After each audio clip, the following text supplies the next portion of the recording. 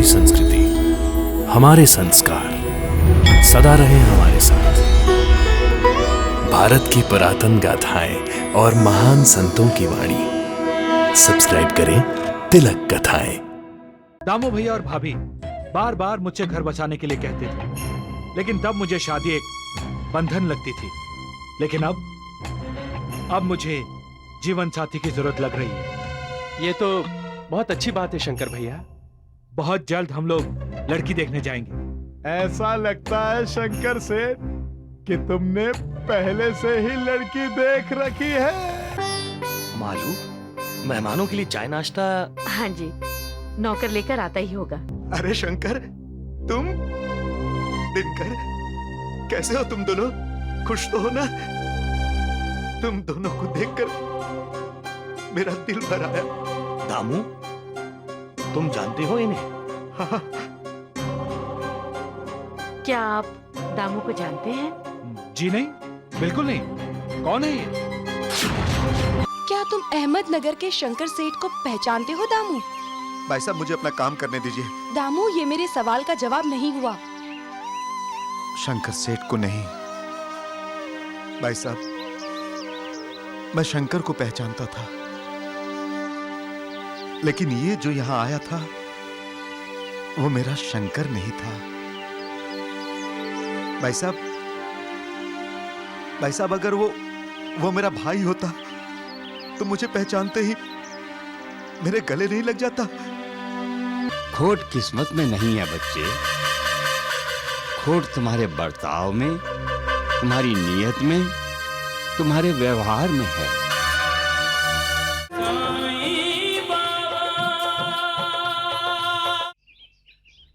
कुछ करो धर्मानंद। मैं अकेला इस हवेली का मालिक बनना चाहता हूं। ये दिनकर तुम्हें क्या पाठ पढ़ा रहा है धर्मानंद? वो खाने पीने की बात चल रही थी। क्यों दिनकर? अच्छा धर्मानंद, दिनकर, तुम्हें एक खुशखबरी दूं? हाँ हाँ मैं शादी करने जा रहा हूं। हाँ, अच्छा। दामू भैया और भाभी बार बार मुझसे घर बसाने के लिए कहते थे, लेकिन तब मुझे शादी एक बंधन लगती थी। लेकिन अब मुझे जीवन साथी की जरूरत लग रही है। ये तो बहुत अच्छी बात है शंकर भैया। बहुत जल्द हम लोग लड़की देखने जाएंगे। ऐसा लगता है शंकर सेठ कि तुमने पहले से ही लड़की देख रखी है। हाँ, मैंने लड़की देखी है, इसीलिए तो शादी की बात चलाई है। अब मेरा घर आबाद हो जाएगा। दूसरों को बर्बाद करके खुद आबाद होना चाहते हो, एक परिवार को तोड़कर अपना परिवार बनाना चाहते हो।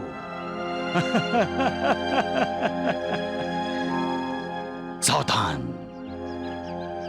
तुमने अपने भाई को धोखा दिया है। अब तुम्हें तुम्हारे परिवार में से कोई धोखा दे सकता है, विश्वासघात कर सकता है। जो दुख दर्द तुमने अपने भैया भाभी को दिए हैं, वही दुख दर्द भुगतने का तुम्हारा समय आ गया है। मालिक का न्याय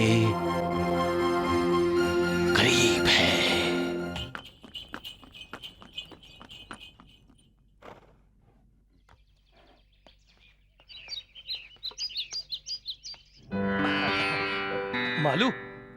मालू, यहाँ क्या करी हो? लड़के वाले आ गए हैं, जल्दी चलो।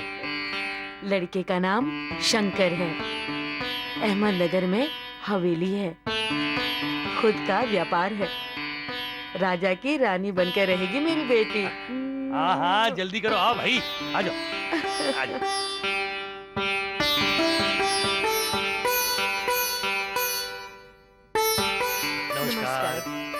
नमस्कार। नमस्कार। नमस्कार। घर ढूंढने में आपको कोई परेशानी तो नहीं हुई? भास्कर राव जी, आपको तो यहाँ सभी पहचानते हैं। बैठिए। हाँ, आइए। मैं रागिनी को लेकर आती हूँ। हाँ।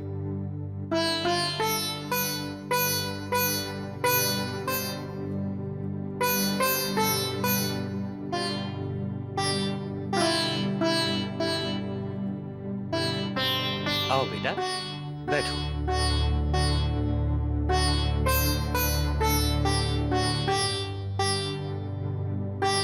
मालू, मेहमानों के लिए चाय नाश्ता?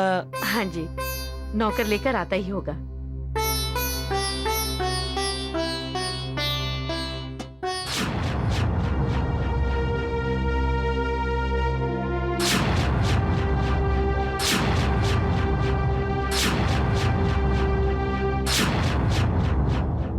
अरे शंकर, तुम?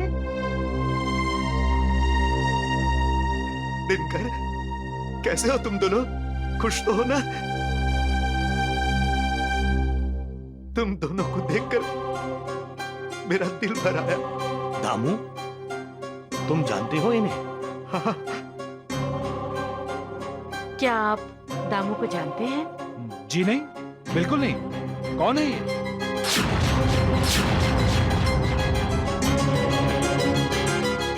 तुम मुझे नहीं जानते शंकर। बस हो गया दामू, तुम अंदर जाओ।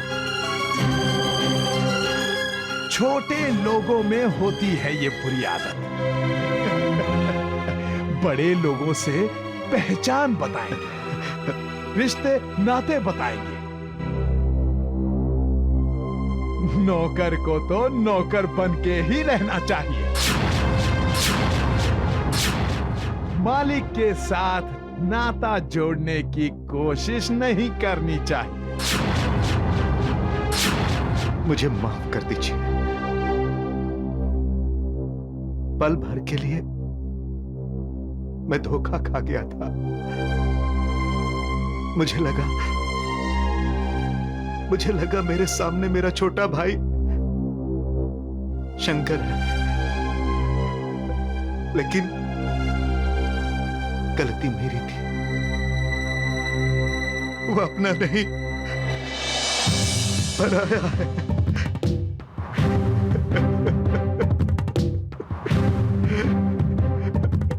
मुझे माफ कर दीजिए।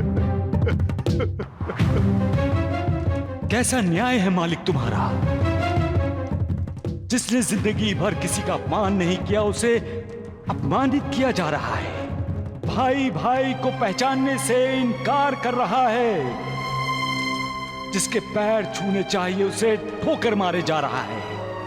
और तुम दर्शक बनकर देख रहे हो मालिक? ये कैसा कर्मों का बंधन है मालिक, कैसा कर्म भोग है। अपने भक्त की इस तरह परीक्षा क्यों लेते हो तुम मालिक? एक भाई जब अपने पिता समान भाई को पहचानने से इनकार करता है तो लगता है तुम्हारी इस दुनिया में कोई किसी का नहीं है। स्वार्थ, द्वेष, ईर्ष्या, धोखा, नफरत, विश्वासघात, यही रिश्तेदार हैं इंसान के। हर किसी ने बेईमानी और कृतज्ञता से नाता जोड़ा है। तुमसे कोई नाता जोड़ना ही नहीं चाहता मालिक। अब भी मौका है मालिक। अपनी योग निद्रा से जागो, वरना जब जागोगे तब बहुत देर हो चुकी होगी मालिक। जिस इंसान को तुमने बनाया है वो तुम्हारा नहीं रहा, बल्कि मक्कारी, धोखा, फरेब, बेईमानों के अधीन हो गया है ये।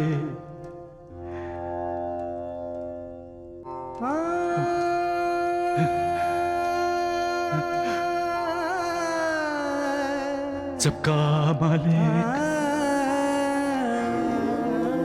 एक।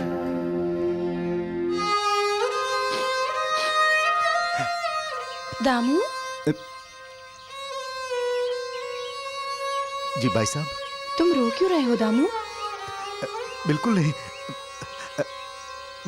मैं तो हंस रहा हूं। अपनी भावनाओं को छुपाने की कोशिश तो करता है इंसान, लेकिन छिपा नहीं सकता।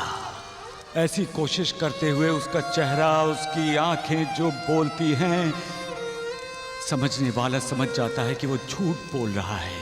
तुम झूठ बोल रहे हो दामू? भाई साहब मैं झूठ क्यों बोलूंगा?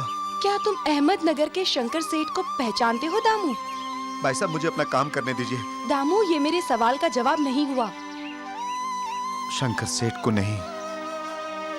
भाई साहब, मैं शंकर को पहचानता था, लेकिन ये जो यहां आया था वो मेरा शंकर नहीं था। भाई साहब अगर वो मेरा भाई होता तो मुझे पहचानते ही मेरे गले नहीं लग जाता। अगर मेरा भाई शंकर सेठ होता भाई साहब, तो क्या मैं आपके यहां नौकरी करता? अच्छा ये बताओ, तुम्हें शंकर सेठ कैसे लगी? बहुत अच्छा भाई साहब, बहुत बड़ा आदमी है, लाखों का कारोबार है, जमीन है, जायदाद है। तुम्हें कैसे मालूम? तुम तो उसे जानते भी नहीं हो ना? वो क्या है ना भाई जी, वो भाई साहब, वो देखने में ही सेठ जी रईस लगते हैं ना, इसीलिए मैं बोला।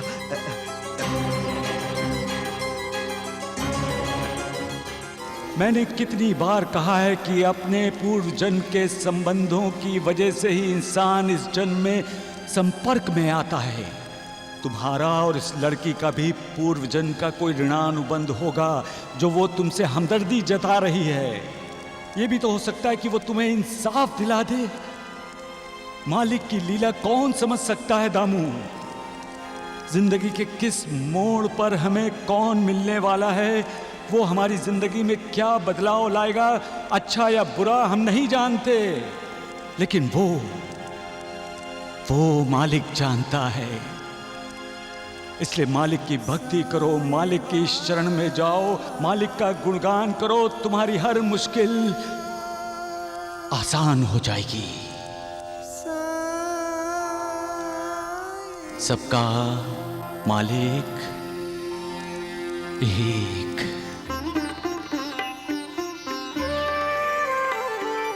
पल पल मिथ्या बोलना लोगों का अभ्यास। अरे शंकर, तुम मूढ़ता बाबा हुए उदास, साईं हुए उदास। शंकर सेठ, अब तक तो दामू भैया ने लड़की के माँ बाप को सब कुछ बता दिया होगा। किस्मत में ही खोट है शंकर सेठ, वरना जो लड़की आपको पसंद है दामू भैया उसी के घर में नौकरी कैसे करते? इंसान के कर्म इंसान का पीछा कभी नहीं छोड़ते। वो चाहे कितना भी उनसे दूर भागना चाहे, अपने कर्मों का फल उसे भोगना ही पड़ता है। इसलिए हमेशा अच्छे कर्म करते रहना चाहिए। जब इंसान अच्छे कर्म करता है तो उसकी प्रशंसा होती है, उसकी जय जयकार होती है। लेकिन जब वो बुरे कर्म करता है तो उसकी निंदा होती है, उसका धिक्कार किया जाता है, उससे नफरत की जाती है। इसलिए बच्चे, तुमसे कोई गलती हुई हो तो उसे सुधार लो। अपने बड़े भाई को धोखा दिया है तो उससे माफी मांग लो। जो भी उससे छीना है उसे वापस कर दो। मालिक तुम्हें माफ कर देगा। तुम्हारा कल्याण होगा बच्चे।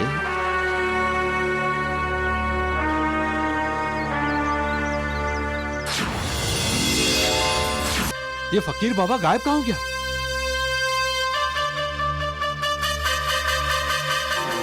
अनंत कोटि ब्रह्मांड नायक राजाधिराज योगीराज परब्रह्म श्री सच्चिदानंद सद्गुरु साईनाथ महाराज की जय।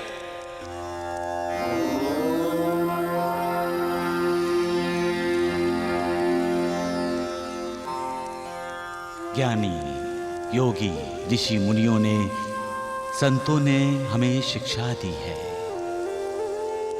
सत्यम वद धर्मम चर स्वाध्यायानम प्रमदः मातृदेवो भव पितृदेवो भव आचार्य देवो भव। इसका अर्थ क्या है? सत्यम वद, सच बोलो, सत्य की राह पर चलो, सत्य का ही साथ दो, असत्य का नहीं, क्योंकि सत्यमेव जयते। अंतिम विजय सत्य की ही होती है, क्योंकि सत्य पर ब्रह्म का, परमात्मा का तेज है। फिर भी इंसान सच नहीं बोलता, झूठ का साथ देता है और अंत में पछताता है। धर्मम च मतलब धर्म का आचरण करो, अधर्म का नहीं। ये धर्म क्या है? तुम सभी जो समझ रहे हो वो धर्म नहीं है। धर्म का अर्थ है कर्तव्य। माता पिता का धर्म है अपनी संतान पर अच्छे संस्कार करना, उसे अच्छी शिक्षा देना, अच्छा इंसान बनाना। एक बच्चे का धर्म है अपने बड़ों का, अपने माता पिता का, अपने गुरु का आदर करना, अच्छी शिक्षा हासिल करना। और जो ताकतवर है, बलवान है, उसका कर्तव्य है कि निर्बल दुर्बल अबलाओं की रक्षा करना। ज्ञानियों का, विद्वानों का धर्म है समाज का मार्गदर्शन करना। लेकिन क्या ऐसा हो रहा है? क्या हम अपने अपने धर्म का पालन कर रहे हैं? नहीं, समाज में अधर्म हो रहा है। हमारी आंखों के सामने गुरु का, बड़ों का, माता पिता का अनादर किया जा रहा है। पैसों के लिए किसी को भी धोखा दिया जा रहा है।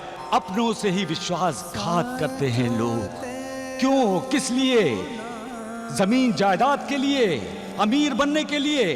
क्या अमीरी पैसों से तौली जाती है? तो मैं कहता हूं जिस पर मालिक की कृपा है वो अमीर है, जिसके साथ मालिक की दुआ है वो अमीर है। मालिक की दुआ, उसकी कृपा ही तो इंसान अपने साथ लेकर परलोक जाता है। और यही कृपा, यही दुआ अगले जन्म में उसके काम आती है। जमीन जायदाद दौलत सब यहीं छोड़कर जाना पड़ता है। तो फिर जो वो साथ नहीं ले जा सकते उसके लिए वो धोखेबाजी क्यों करते हैं, विश्वासघात क्यों करते हैं? याद रखो, जो धर्म की राह पर चलता है यानी अपना कर्तव्य निभाता है, मालिक उसके साथ होता है।